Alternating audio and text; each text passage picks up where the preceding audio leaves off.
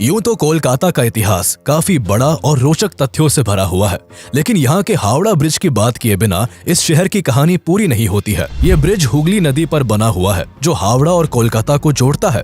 इसे बनाने में इंजीनियर्स ने ऐसे मेथड का इस्तेमाल किया कि जब ये बनकर तैयार हुआ तो लोग इसे देखकर दंग रह गए। आपको जानकर हैरानी होगी कि इतने बड़े ब्रिज को बनाने के लिए नदी के दोनों किनारों पर केवल 2 पिलर्स का सहारा लिया गया है।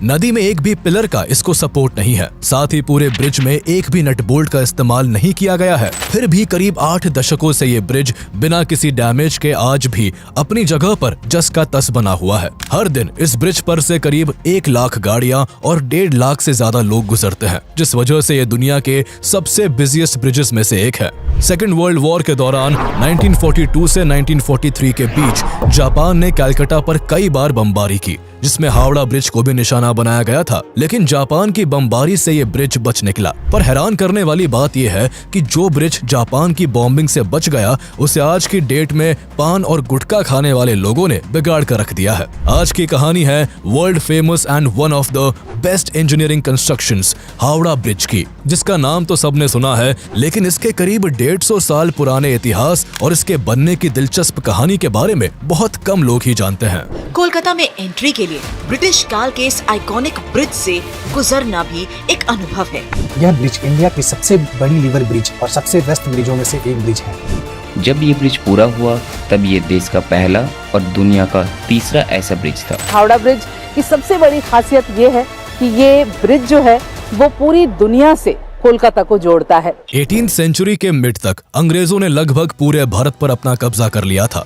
अपने शासन को मजबूत करने और अपने व्यापार को बढ़ाने के लिए अंग्रेजों ने भारत के बड़े शहरों में कई डेवलपमेंट्स किए। बदलते वक्त के साथ जब ट्रांसपोर्टेशन के लिए रेलवे का इजाद हुआ तो एक्सपोर्ट को और फास्ट करने के लिए अंग्रेजों ने 1853 में महाराष्ट्र के बॉम्बे और 1854 में बंगाल के हावड़ा में रेलवे का निर्माण किया। उस समय बंगाल ब्रिटिश इंडिया का सबसे पावरफुल प्रोविंस और कलकत्ता ब्रिटिश इंडिया की राजधानी था। यहाँ से ही लगभग सभी ट्रेड को कंट्रोल किया जाता था। इसलिए अंग्रेजों ने बंगाल में रेलवे लाने के लिए 1853 में ही पटरियों को बिछाने का काम शुरू कर दिया था और इसी साल के जून महीने में हावड़ा में रेलवे स्टेशन भी बना लिया गया था। अंग्रेज सबसे पहले बंगाल में ही रेल की शुरुआत करना चाहते थे, लेकिन लंदन से रेल डिब्बे को लेकर आ रहा शिप बीच रास्ते में ही डूब गया और लोकोमोटिव इंजन गलती से भारत आने की बजाय ऑस्ट्रेलिया पहुंच गया। इससे इसे बनाने में 1 साल की देरी हो गई और हावड़ा स्टेशन 1854 में बनकर तैयार हो सका। हावड़ा में रेलवे स्टेशन बन जाने के बाद भी अंग्रेजों की ट्रेड्स को आसान बनाने की समस्या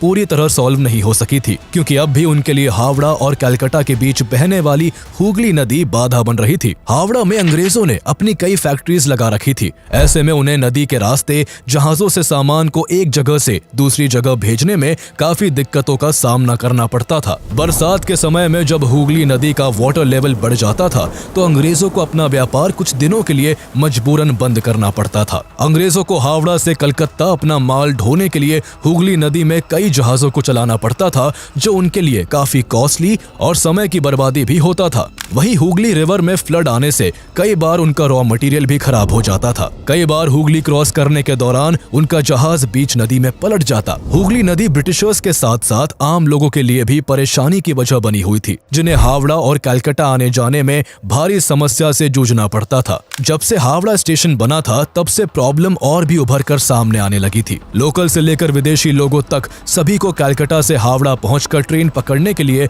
इस नदी को नाव के जरिए पार करना पड़ता। खराब मौसम में उनका ये सफर कभी बेहद मुश्किल तो कभी कभी रद्द भी हो जाता था। ब्रिटिशर्स इसका परमानेंट सॉल्यूशन चाहते थे, इसलिए उन्होंने हुगली नदी पर एक ब्रिज बनाने का सोचा। इसी प्लानिंग के लिए 1855 में एक कमेटी बनाई गई, जिसने कई ब्रिज कंस्ट्रक्शन प्लान्स भी बनाए, लेकिन किसी के ऊपर विचार नहीं किया गया।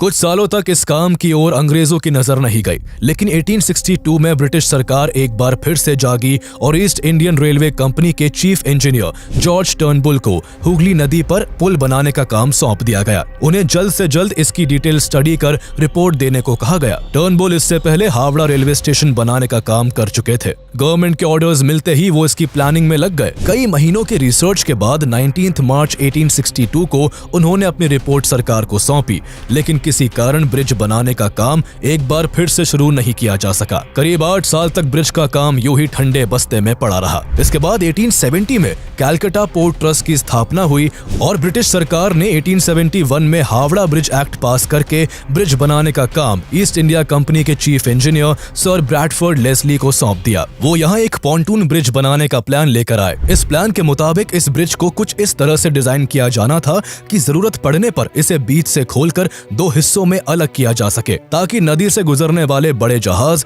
इससे टकराए बिना आसानी से गुजर सके। पॉन्टून ब्रिज का प्लान सरकार को बहुत पसंद आया और तुरंत इसे पास कर दिया गया। दरअसल पॉन्टून ब्रिज पानी में तैरते पीपों के ऊपर बना एक ब्रिज होता है, जिसका इस्तेमाल अक्सर किसी इमरजेंसी के वक्त किया जाता है। चूंकि हुगली नदी काफी टाइडल है और जब भी यहाँ ज्वार भाटा आता है तो इसके पानी में काफी उतार चढ़ाव देखने को मिलता है। इस ब्रिज का ये फायदा होता है कि नदी का जल स्तर जब ऊपर नीचे होता है तो ये पॉन्टून ब्रिज उसके साथ ही खुद भी ऊपर नीचे होता रहता है। आदेश अनुसार पॉन्टून ब्रिज पर काम शुरू किया गया। इस ब्रिज को बनाने के लिए ब्रिज के पार्ट्स ब्रिटेन से बनकर आते, जिन्हें कलकत्ता में ही असेंबल किया जाता। इसे बनाने के दौरान 20 मार्च 1874 को कलकत्ता में भयंकर साइक्लोनिक स्टॉर्म आने के कारण इस ब्रिज को काफी नुकसान पहुंचा। इसके कुछ ही समय बाद एगेरिया स्टीमर इस ब्रिज से टकरा गया, जिस कारण इसके 3 पॉन्टून पानी में डूब गए और इस ब्रिज का करीब 200 फीट हिस्सा डैमेज हो गया। ऐसी तमाम चुनौतियों को पार कर 1874 में आखिरकार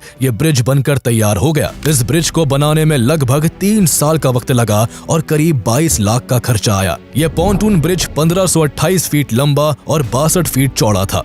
इस पर आम लोगों के चलने के लिए 7 फीट का रास्ता भी बनाया गया, जिसे 17 अक्टूबर 1874 को सभी के इस्तेमाल के लिए खोल दिया गया। इसके बाद हुगली नदी से जब भी कोई बड़ा जहाज गुजरता तब इस ब्रिज को बीच से खोल दिया जाता था। इस तरह काम तो चलने लगा था, लेकिन ब्रिटिश गवर्नमेंट ने इसे टेम्पररी इस्तेमाल के लिए बनवाया था। इसके बनने के बाद हावड़ा और कलकत्ता के बीच ट्रैवल करना काफी आसान हो गया था। इस ब्रिज का इस्तेमाल लाखों लोगों के द्वारा किया जाने लगा। लगातार अपनी कैपेसिटी से कई गुना अधिक भार झेलने के कारण धीरे धीरे ये ब्रिज कमजोर पड़ने लगा, लेकिन ब्रिटिशर्स ने इसकी हालत पर कोई ध्यान नहीं दिया और आगे भी कई सालों तक इसे इस्तेमाल किया जाता रहा। गाड़ियों और लोगों के लिए हुगली नदी पार करने के लिए पॉन्टून ब्रिज तो रास्ता दे चुका था, लेकिन अब भी कलकत्ता की कनेक्टिविटी रेलवे से नहीं हो पाई थी। ब्रिटिश गवर्नमेंट कलकत्ता को दूसरे स्टेट्स के शहरों से रेलवे द्वारा कनेक्ट करना चाहती थी। रेलवे ब्रिज के डिजाइन और उसकी प्लानिंग का काम भी पॉन्टून ब्रिज को बनाने वाले chief engineer Sir Bradford Leslie को सौंप दिया गया। लेस्ली ने इस काम में अलेक्जेंडर मेडोज रेंडल का साथ लिया